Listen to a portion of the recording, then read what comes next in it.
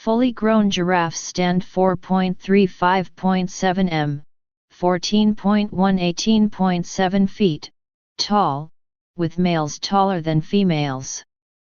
The average weight is 1,192 kilograms, 2,628 pounds, for an adult male and 828 kilograms, 1,825 pounds, for an adult female.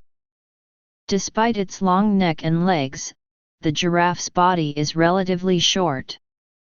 The skin of a giraffe is mostly gray, or tan, and can reach a thickness of 20 mm, 0.79 in, 87–100 centimeters, 31–39 in, long tail ends in a long, dark tuft of hair and is used as a defense against insects. The coat has dark blotches or patches, which can be orange, chestnut, brown, or nearly black, separated by light hair, usually white or cream-colored. Male giraffes become darker as they age. The coat pattern has been claimed to serve as camouflage in the light and shade patterns of savannah woodlands. When standing among trees and bushes, they are hard to see at even a few meters distance. However, adult giraffes move about to gain the best view of an approaching predator, relying on their size and ability to defend themselves rather than on camouflage, which may be more important for calves.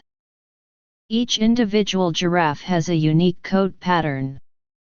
Giraffe calves inherit some coat pattern traits from their mothers, and variation in some spot traits is correlated with neonatal survival. The skin underneath the blotches may serve as windows for thermoregulation, being sites for complex blood vessel systems and large sweat glands. The fur may give the animal chemical defense, as its parasite repellents give it a characteristic scent. At least 11 main aromatic chemicals are in the fur, although indole and 3-methylindole are responsible for most of the smell. Because the males have a stronger odor than the females, the odor may also have sexual function. Head of a giraffe. Head. The head of a northern giraffe. Both sexes have prominent horn-like structures called ossicones, formed from ossified cartilage, covered in skin and fused to the skull at the parietal bones.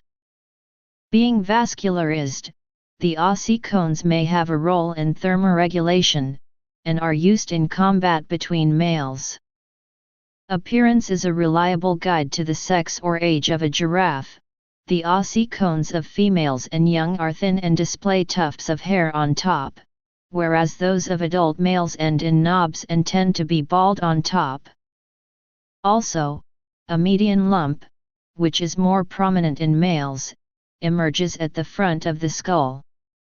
Males develop calcium deposits that form bumps on their skulls as they age.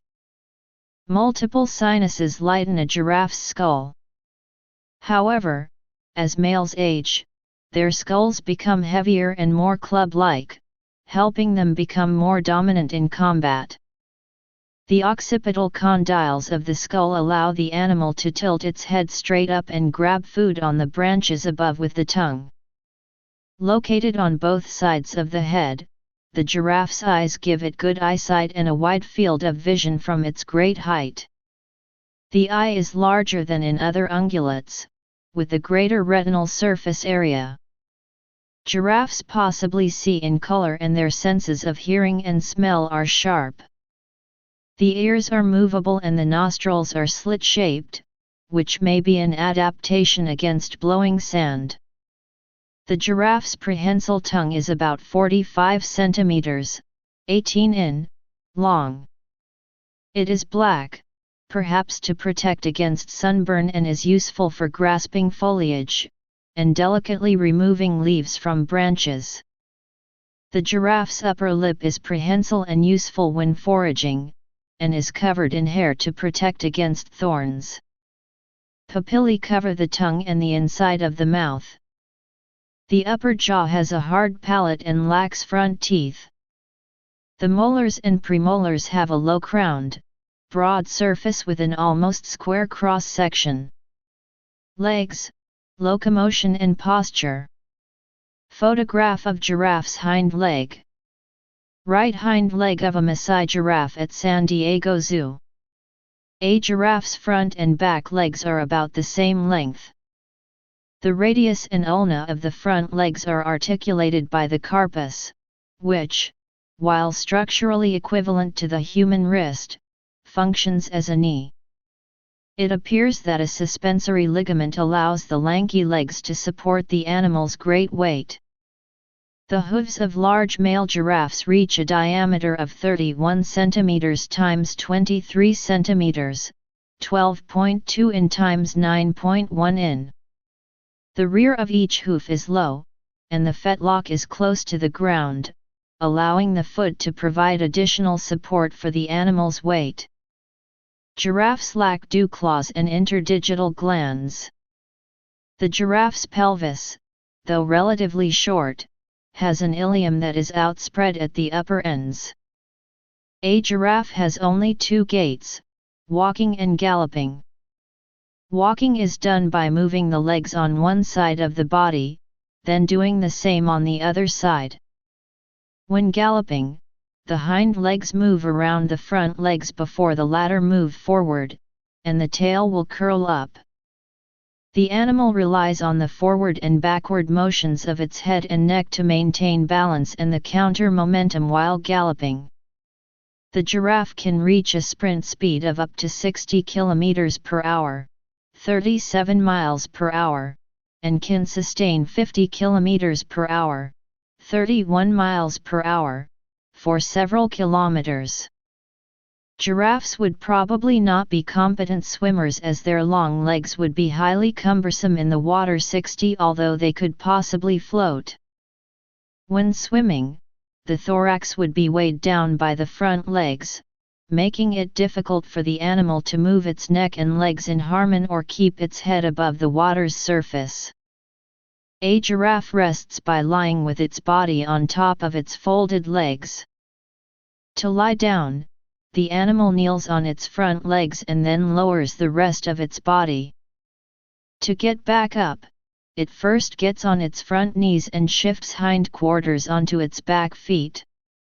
It then moves from kneeling to standing on its front legs and pulls the rest of its body upwards, swinging its head for balance. If the giraffe wants to bend down to drink, it either spreads its front legs or bends its knees. Studies in captivity found the giraffe sleeps intermittently around 4.6 hours per day, mostly at night.